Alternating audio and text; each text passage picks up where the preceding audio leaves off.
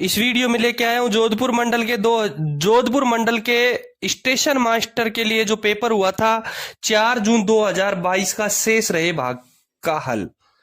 4 जून 2022 को जो station master के लिए एलडीसी का पेपर हुआ था, विभागीय परीक्षा हुई थी, उसका शेष जो अंतिम भाग है वो इस वीडियो में लेके आया हूं। इससे पहले के 3 भाग मैंने हल करवा दिए, उनका लिंक डिस्क्रिप्शन में दे रखा है, वो आप उधर से जरूर देख लेना। आपको मैं बता दूं, उत्तर पश्चिम रेलवे में प्रत्येक जो विभागीय परीक्षाएं होती है उसमें 110 क्वेश्चन आते हैं। प्रत्येक क्वेश्चन 1 नंबर का होता है। 100 नंबर का ये पेपर होता है। 110 में से 100 क्वेश्चन हल करने होते हैं। 10 क्वेश्चन इसमें इंपोर्टेंट जो राजभाषा के होते हैं। प्रत्येक पेपर में 10% राजभाषा के जरूर आते हैं। आपको 100 क्वेश्चन इसमें हल करने रहते हैं। अब से पहले मैं तीनों वीडियो में 85 तक के क्वेश्चन हल करवा चुका हूं। इस वीडियो में इस पेपर का 86 नंबर से क्वेश्चन का हल करवा रहा हूं, वो आप देखें। क्वेश्चन नंबर 86 देखें। क्वेश्चन नंबर 86 में है, दुर्घटना जांच की प्रक्रिया पूर्ण करने की अधिकतम अवधि कितनी होती है? दुर्घटना जांच की प्रक्रिया पूर्ण करने की अधिकतम गति कितनी होती है, अधिकतम अवधि कितनी होती है? इसका उत्तर रहेगा सी, D+90, यानी जिस दिन दुर्घटना हुई है उसके वो सम्मिलित है और प्लस 90 दिन। ठीक है, 86 नंबर के क्वेश्चन का रहेगा आंसर डी, सी, D+90। ठीक है, 87 नंबर का क्वेश्चन देखेंगे, दुर्घटना के वर्गीकरण में कौन सा ब्लॉक नियमों के उल्लंघन के अंतर्गत आता है? ब्लॉक नियमों का उल्लंघन, ब्लॉक नियमों का उल्लंघन। 87 नंबर के क्वेश्चन में ब्लॉक नियमों का उल्लंघन का उल्लेख किया गया है। पहले मैं आपको हल करने से पहले एक बार बता देता हूं कि ब्लॉक नियमों के उल्लंघन का मतलब क्या होता है। ब्लॉक नियमों के उल्लंघन का मतलब क्या होता है देखेंगे। आप स्क्रीन की तरफ देखें, साफ लिखा हुआ है कि जब कोई गाड़ी ब्लॉक सेक्शन में बिना या गलत प्रस्थान आदेश के प्रवेश कर जाती है, जब कोई गाड़ी ब्लॉक सेक्शन में बिना या गलत प्रस्थान आदेश के प्रवेश कर जाती है या अवरुद्ध लाइन पर ली जाती है जो कि निवारित टक्कर के अंतर्गत नहीं आती है, या अवरुद्ध लाइन पर ली जाती है जो कि निवारित टक्कर के अंतर्गत नहीं आती है, या किसी स्टेशन पर गलत लाइन पर या किसी कैच या स्लिप साइडिंग या डेड एंड में प्रवेश कर जाती है, तो इसे ब्लॉक नियमों का उल्लंघन माना जाता है।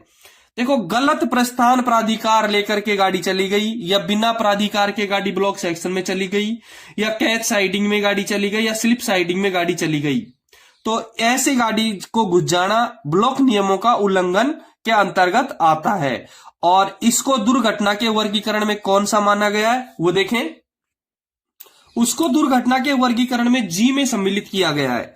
87 नंबर में आंसर रहेगा जी, बी आंसर इसका सही रहेगा। दुर्घटना के वर्गीकरण में ब्लॉक नियमों के अंतर आपको समझा दिया ब्लॉक नियमों का उल्लंघन क्या होता है, और उसका जो दुर्घटना के वर्गीकरण में इसको जी में सम्मिलित किया गया है। ठीक है, 87 में क्वेश्चन का आंसर रहेगा बी। 88 नंबर का क्वेश्चन देखेंगे, निम्नलिखित में किस राज्य में ऊपरे की लाइन नहीं है? उत्तर पश्चिम रेलवे।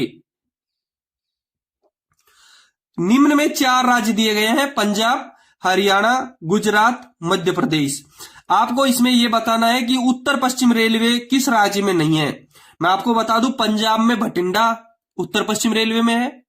हरियाणा में भी आपका रेवाड़ी से इधर के स्टेशन है, झाड़ली वगैरह जो स्टेशन है वो आपके हरियाणा डिस्ट्रिक्ट के हैं। गुजरात के स्टेशन भी इसमें आते हैं उत्तर पश्चिम रेलवे में। आबू रोड है, उसके परली साइड जो स्टेशन है सारे वो गुजरात के स्टेशन है, वो आते हैं इसमें। और मध्य प्रदेश, आपके मध्य प्रदेश स्टेट के किसी भी स्टेशन उत्तर पश्चिम रेलवे के अंतर्गत नहीं आते हैं। इसलिए 88 नंबर का जो प्रश्न है उसका आंसर रहेगा डी। 88 नंबर का जो प्रश्न है उसका आंसर रहेगा डी, मध्य प्रदेश। ठीक है, 89 नंबर का क्वेश्चन देखेंगे, उत्तर पश्चिम रेलवे में कौन सा रेलवे स्टेशन नहीं है? उत्तर पश्चिम रेलवे में कौन सा रेलवे स्टेशन नहीं है? ए में आपका रेवाड़ी है, बी में भिवानी है, सी में डूंगरपुर है, और डी में चंदेरिया है। आपको एक बार ऐसा लगेगा, यदि आपने उदयपुर से उदयपुर की तरफ यात्रा की है तो आपको इस तरीके से लगेगा कि ये सारे स्टेशन हमारे उत्तर पश्चिम रेलवे के हैं। लेकिन मैं आपको बता दूं, देखो 88 नंबर के क्वेश्चन में जो मध्य प्रदेश है, मध्य प्रदेश का अधिकांश भाग एनसीआर में आता है, नॉर्थ सेंट्रल रेलवे में। 89 नंबर में जो ए में रेवाड़ी दे रखा है वो रेवाड़ी जयपुर मंडल का एक स्टेशन है, हरियाणा स्टेट में आता है। रेवाड़ी जयपुर डिवीजन का है, हरियाणा में आता है। ठीक है। उत्तर पश्चिम रेलवे में है। भिवानी बीकानेर डिवीजन का स्टेशन है, भिवानी बीकानेर डिवीजन का स्टेशन है जो हरियाणा का है। डूंगरपुर राजस्थान का ही है और अजमेर मंडल का स्टेशन है। डूंगरपुर राजस्थान का है, अजमेर मंडल का है। रेवाड़ी जयपुर मंडल का, भिवानी बीकानेर मंडल का, डूंगरपुर अजमेर मंडल का और चंदेरिया हमारे एनडब्ल्यूआर का स्टेशन नहीं है। चंदेरिया एनडब्ल्यूआर का स्टेशन नहीं है, इसलिए 89 नंबर के प्रश्न का उत्तर रहेगा डी, चंदेरिया। ठीक है। 90 नंबर का क्वेश्चन देखेंगे। मैं आपको एक चीज क्लियर करवा दूं, इससे पहले विभागीय परीक्षाओं के बहुत सारे पेपर मेरे द्वारा हल करवाए, सबका लिंक डिस्क्रिप्शन में दे रखा है, वहां से आप जरूर देखना न भूलें। विभागीय परीक्षा और गणित की परीक्षाओं के लिए मेरा एक दूसरा चैनल है, उसका लिंक भी मैंने डिस्क्रिप्शन में दे रखा है, उसको भी आप सब्सक्राइब कर लें।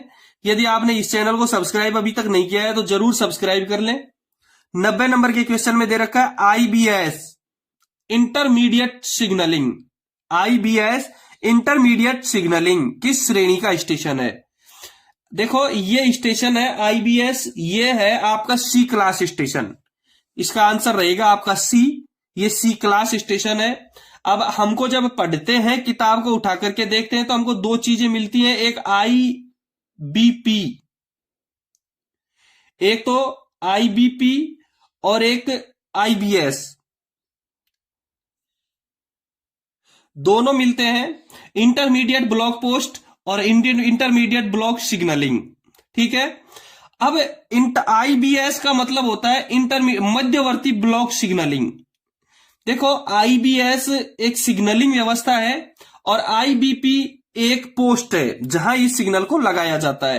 पहले मैं बता देता हूं मध्यवर्ती ब्लॉक पोस्ट के बारे में, आईबीपी के बारे में बता देता हूं कि आईबीपी का अभिप्राय डबल लाइन के उस सी क्लास स्टेशन से है जिसका नियंत्रण पिछले ब्लॉक स्टेशन से होता है।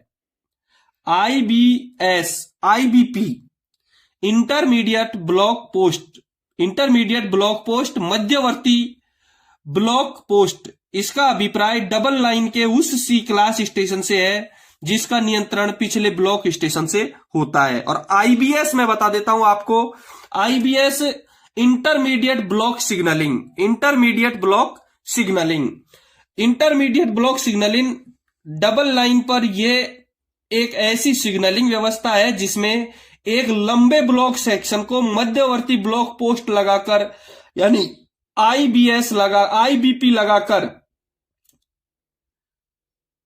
दो भागों में विभाजित किया जाता है। ठीक है। तो आईबीएस आपका क्लियर हो गया, ये एक सी क्लास स्टेशन होता है। 91 नंबर के क्वेश्चन में लिख रखा है कि इनमें से कौन सा अन्य तीन से भिन्न है। देखो अन्य तीन से भिन्न है, बासनी दे रखा है ए नंबर में, ये बासनी मेरे को कहीं मिला नहीं है भैया, स्टेशन पता नहीं कहां का स्टेशन है। झाड़ली दे रखा है, झाड़ली उत्तर पश्चिमी रेलवे का स्टेशन है जो बीकानेर डिवीजन का है। सुधराना उत्तर पश्चिम रेलवे का स्टेशन है जो बीकानेर डिवीजन का है। भीलड़ी जोधपुर डिवीजन का स्टेशन है। वैसे इसमें डी क्वेश्चन सही रहेगा क्योंकि भीलड़ी जोधपुर डिवीजन का है। बासनी का मेरे को समझ में नहीं आया स्टेशन कहां है, ये आप अपने WTT में जरूर देख लें एक बार। 91 नंबर के क्वेश्चन में आपका डी सही रहेगा, भीलड़ी जोधपुर।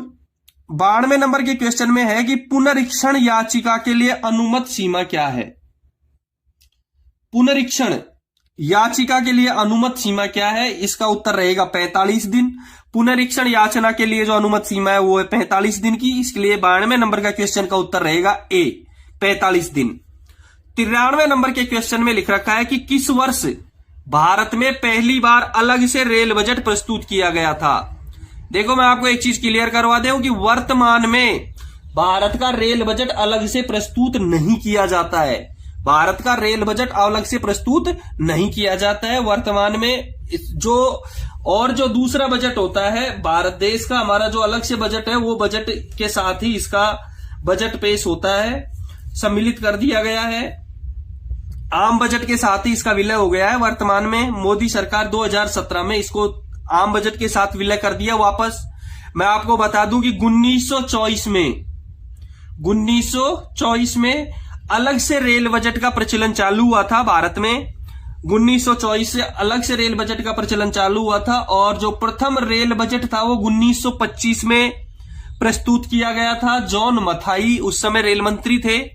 भारत में अलग से प्रथम रेल बजट 1924 में इसका चलन हुआ और 1925 में रेल मंत्री जॉन मथाई के द्वारा इसको प्रस्तुत किया गया। और वास्तव में रेलवे को एक अलग इकाई के तौर पर आंकने की वजह यह थी कि सरकार के राजस्व का बड़ा हिस्सा और सकल घरेलू उत्पाद रेलवे द्वारा की गई कमाई पर निर्भर रहता था।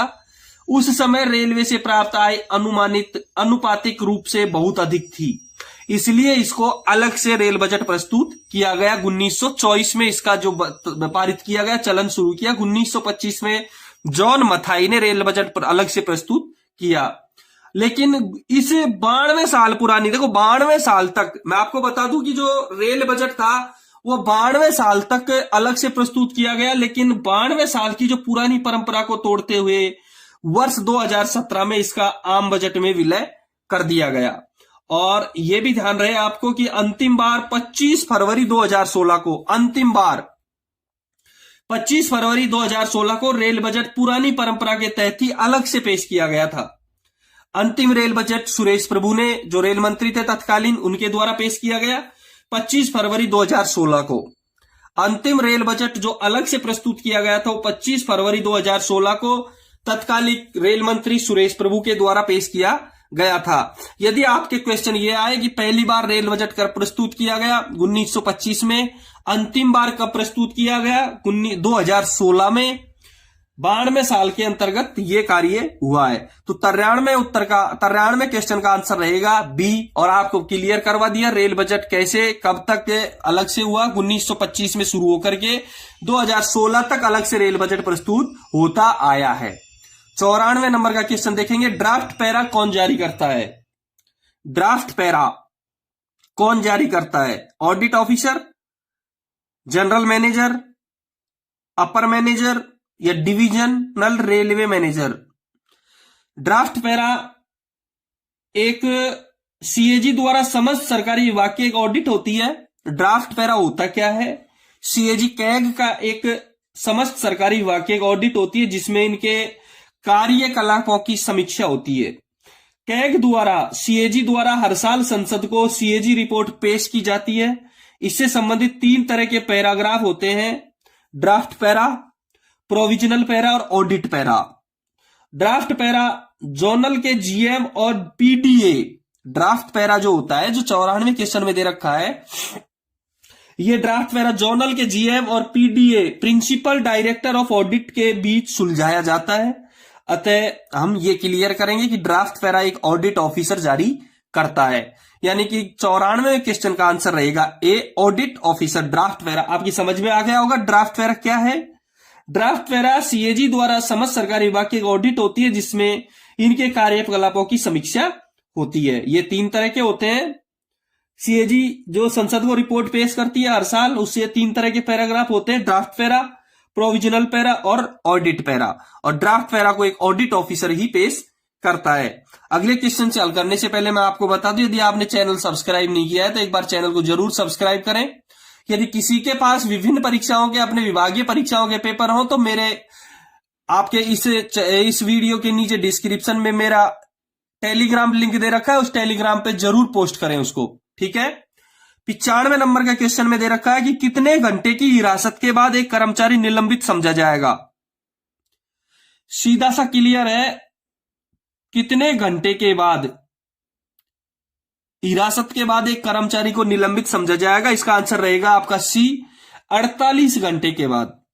48 घंटे के बाद कर्मचारी यदि हिरासत में है 48 घंटे तक, तो उसके बाद उसको निलंबित समझा जाएगा, सस्पेंड समझा जाएगा। 96 नंबर का क्वेश्चन देखेंगे, किस संगठन के द्वारा भारतीय रेल पर ई ऑफिस का कार्यान्वयन किया जा रहा है? ई ऑफिस, इलेक्ट्रिक ऑफिस, सबको पता है रेलटेल के द्वारा। रेलटेल के द्वारा भारतीय रेल पर ई ऑफिस का कार्यान्वयन किया जा रहा है। इसका मतलब 96 का आंसर रहेगा आपका बी। 96 प्रश्न में उत्तर रहेगा बी, आंसर रहेगा। 97 क्वेश्चन में दे रखा है कि SWR पहले मैं आपको बता दूं एचडब्ल्यूआर का फुल फॉर्म क्या होता है। Station working rule. एचडब्ल्यूआर का फुल फॉर्म होता है स्टेशन वर्किंग रूल।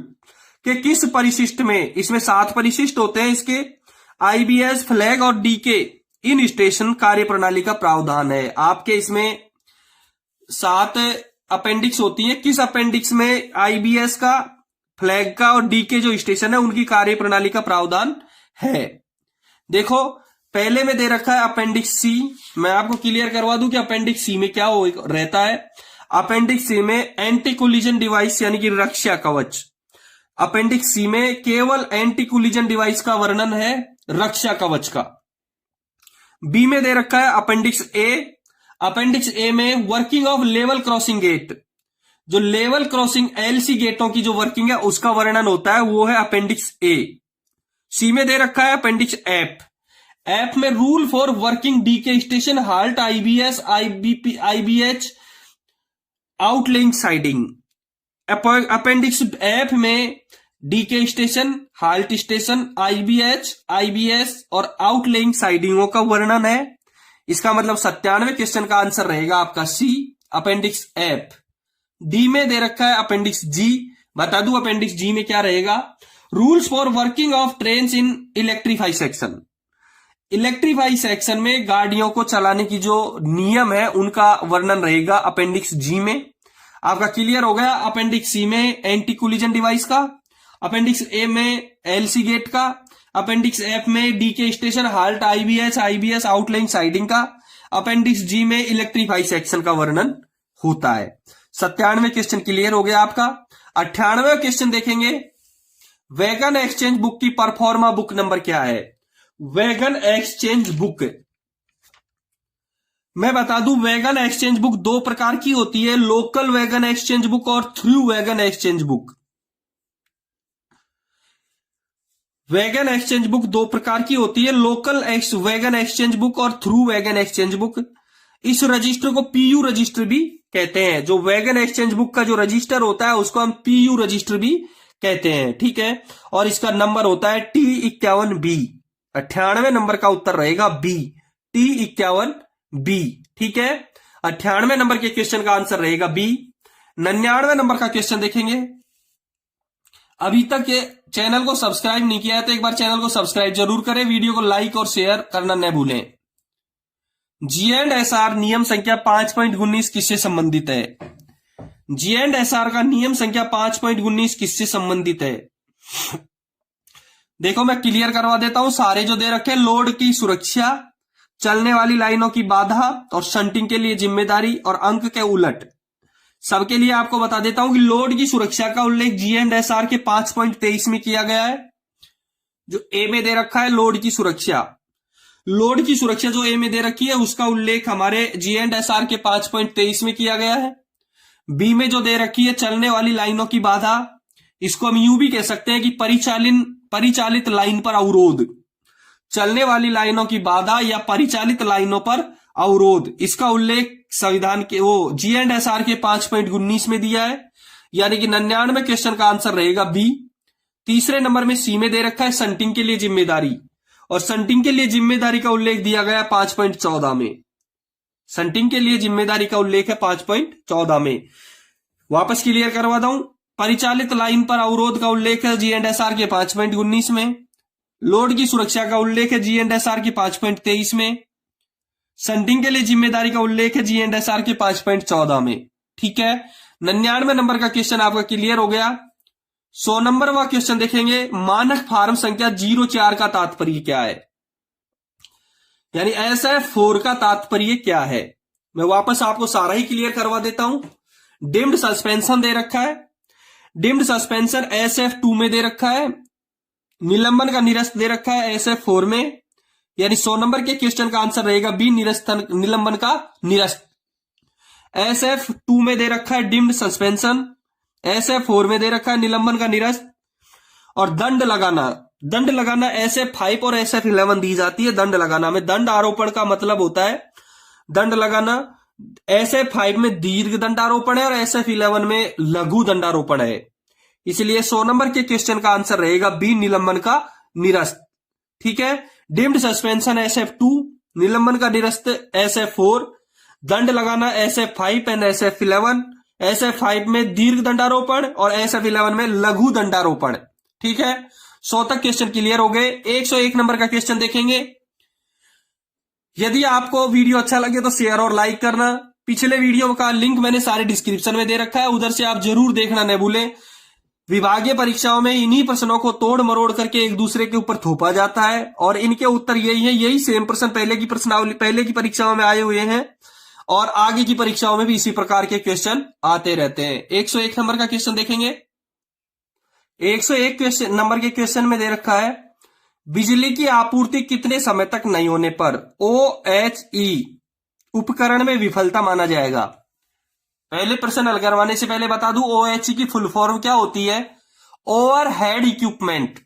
OHE की फुल फॉर्म होती है ओवरहेड इक्विपमेंट। ओवरहेड इक्विपमेंट को कब फेल माना जाएगा? इसका आंसर रहेगा ए, 3 मिनट से अधिक तक यदि उसमें विद्युत की आपूर्ति नहीं है। OHE में 3 मिनट से अधिक विद्युत आपूर्ति नहीं है तो हम उसको फेल माने जाएंगे। OHE के उपकरण को फेल माना जाएगा। 102 नंबर का क्वेश्चन देखेंगे। मानक फार्म संख्या 7 का तात्पर्य क्या है? SF7 का तात्पर्य क्या है? इस प्रकार के इस पेपर में 3 क्वेश्चन आ गए। यदि हमको मानक फार्म के 1 से लेकर के 10 तक याद हैं तो आपको ये 3 क्वेश्चन आपके सही हो सकते थे। ठीक है। 92 नंबर 102 नंबर का क्वेश्चन, पिछले 92 नंबर का क्वेश्चन भी इसी प्रकार का था। 102 नंबर का क्वेश्चन देखेंगे। मानक फार्म संख्या 7 का तात्पर्य क्या है? देखो, दंड का अधिरोपण मैंने अभी क्लियर करवाया था कि दंड का अधिरोपण SF11 से और SF5 से दिया जाता है।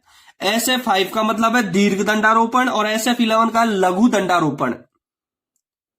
बी में पर्यवेक्षक का नामांकन ये होगा SF8 में। SF8 में पर्यवेक्षक का नामांकन है, यानी उपस्थापना अधिकारी की नियुक्ति का आदेश। ठीक है। जांच अधिकारी का नामांकन SF7 से किया जाता है। SF7 का मतलब होगा जांच अधिकारी का नामांकन। 102 नंबर के क्वेश्चन का आंसर रहेगा सी। 102 नंबर के क्वेश्चन में सी सही है।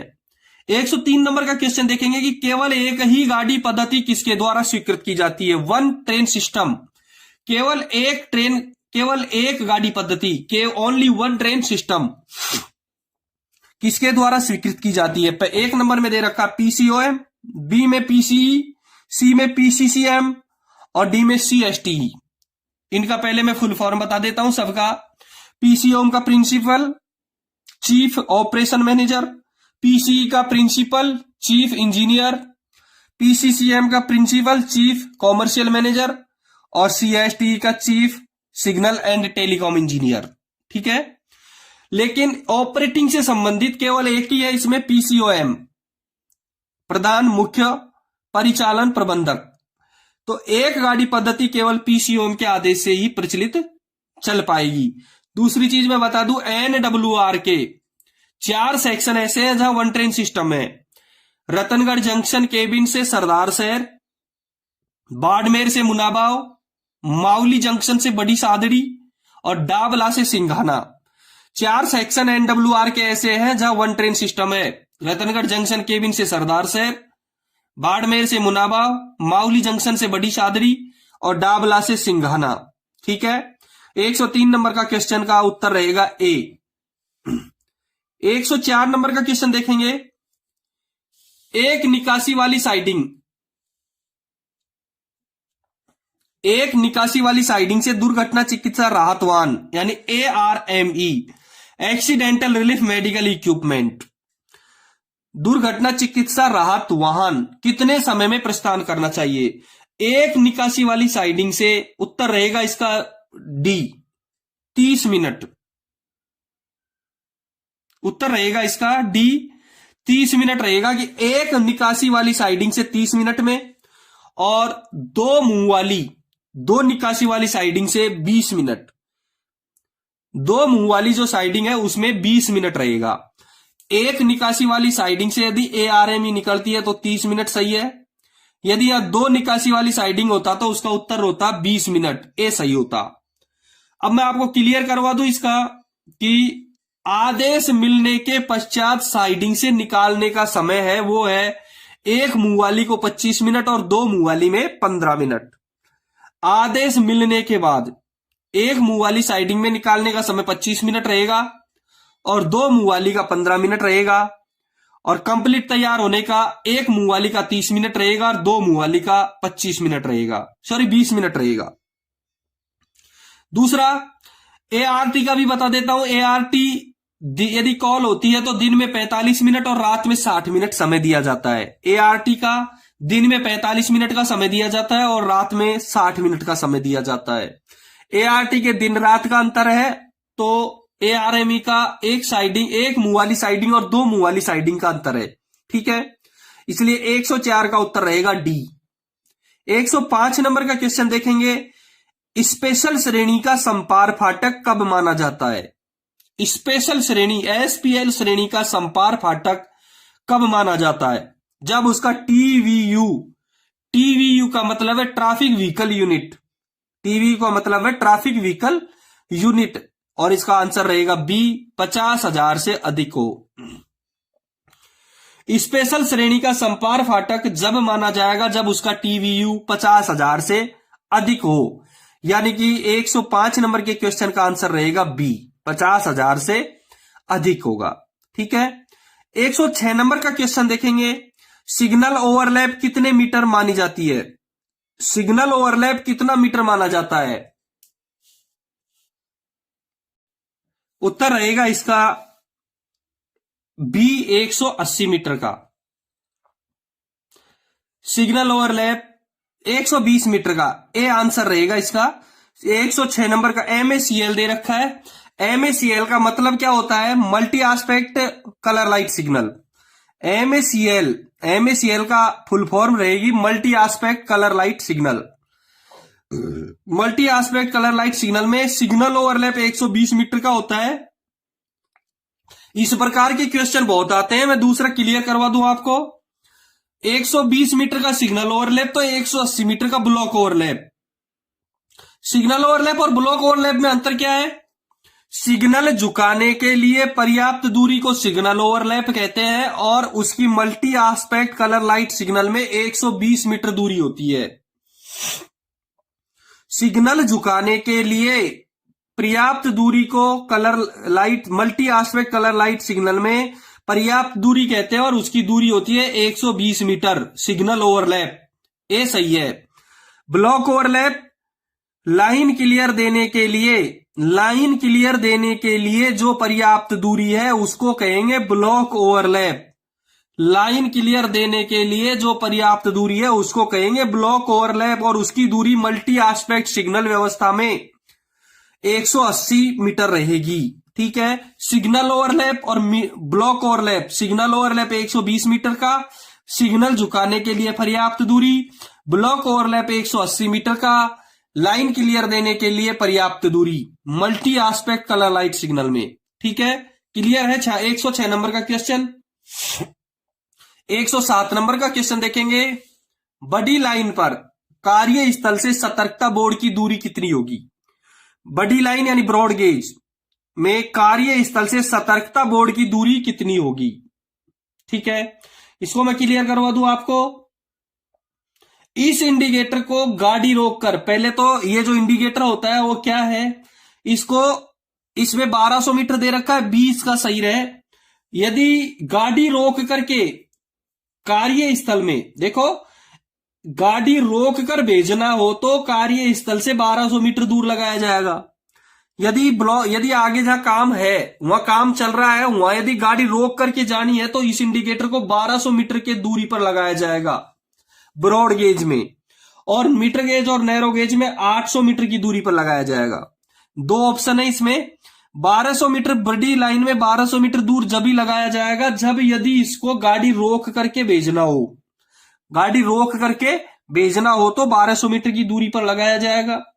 यदि गाड़ी बिना रुके लेकिन प्रतिबंधित गति से जाए तो 800 मीटर की दूरी पर लगाया जाएगा, चाहे ब्रॉड गेज हो, चाहे मीटर गेज हो, चाहे नैरो गेज हो। बड़ी लाइन पर यदि गाड़ी कार्य स्थल पर गाड़ी को रोक करके भेजनी हो तो इंडिकेटर को 1200 मीटर की दूरी पर लगाया जाएगा, चाहे मीटर गेज और नैरो गेज में 800 मीटर की दूरी पर लगाया जाएगा। लेकिन यदि कार्य स्थल पर गाड़ी बिना रुके प्रतिबंधित गति से जाएगी तो मीटर गेज और नैरो गेज में दोनों को 800 मीटर की दूरी पर ही लगाया जाएगा। अब यह कैसा होता है ये मैं आपको बता देता हूं कैसा होता है, एक बार स्क्रीन पर जरूर देखें। आपको स्क्रीन पर दिखाई दे रखा है इंडिकेटर। यह सिग्नल पीले रंग का होता है जिसका एक सिरा मछली की पूंछ की तरह कटा हुआ, वह दूसरा सिरा तीर के समान तीखा होता है।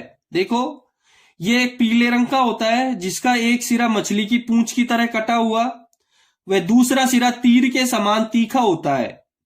इसके बीच के भाग में काले रंग का क्रॉस बना होता है। इसका जो बीच का भाग दिख रहा है उसमें काले रंग का क्रॉस बना होता है। रात के समय इसमें लोको पायलट की ओर दिखाई देती हुई दो पीली बत्ती जमीन के समानांतर जलाई जाती हैं। या इस पर रिफ्लेक्टिव टाइप रंग किया जाता है जो कि हेडलाइट की रोशनी से चमकता है। देख लिया आपने, एक तीरनुमा निशान है, आगे से नुकीला तीर की तरह और पीछे से मछली की पूंछ की तरह। ठीक है, बड़ी लाइन में इसको गाड़ी रोक करके जानी है कार्यस्थल पर तो 1200 मीटर, और छोटी लाइन मीटर गेज या नैरो गेज में 800 मीटर की दूरी पर लगाया जाता है। दूसरा, यदि गाड़ी प्रतिबंधित गति से जाएगी बिना रुके जाएगी तो दोनों ही गेजों में इसको 800 मीटर की दूरी पर लगाया जाता है। ठीक है, अगला क्वेश्चन देखेंगे 108 नंबर का क्वेश्चन। 108 नंबर के प्रश्न में आईबीएस कहां कहां लगाया जा सकता है? आईबीएस कहां कहां लगाया जा सकता है? Intermediate block signal, intermediate block signal, इसका आंसर रहेगा B. Both single line and double line, answer B रहेगा। आईबीएस दोनों में लगाया जा सकता है, चाहे सिंगल लाइन हो चाहे डबल लाइन हो।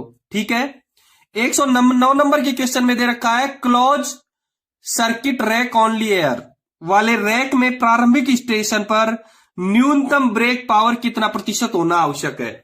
Close circuit rakes only air वाले जो रैक है उनमें प्रारंभिक स्टेशन पर न्यूनतम ब्रेक पावर कितना प्रतिशत होना आवश्यक है? इसका आंसर रहेगा बी, 100%। इसका आंसर रहेगा बी और वो 100% रहेगा। ठीक है, अंतिम क्वेश्चन है इस पेपर का 110 नंबर का।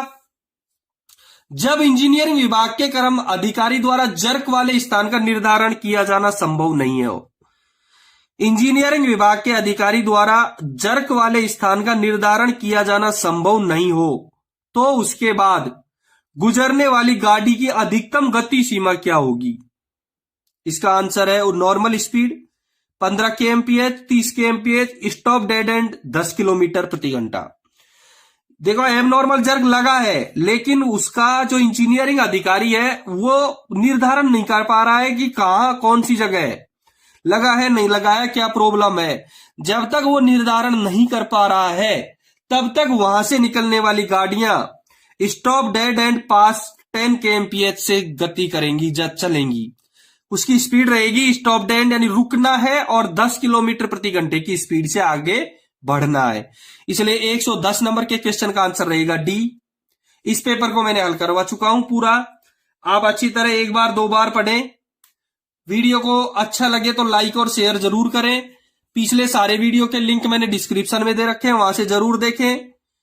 और यदि आपके पास में आगे की कुछ अपनी डिवीजन में लगने वाली जो प्रतियोगी परीक्षाएं हैं विभागीय उनके पेपर हो तो मेरे को मेरे टेलीग्राम चैनल पे जरूर शेयर करें, उससे मैं उनके हल करवा सकूं। और चैनल को अभी तक आपने सब्सक्राइब नहीं किया है तो एक बार सब्सक्राइब जरूर करें। धन्यवाद।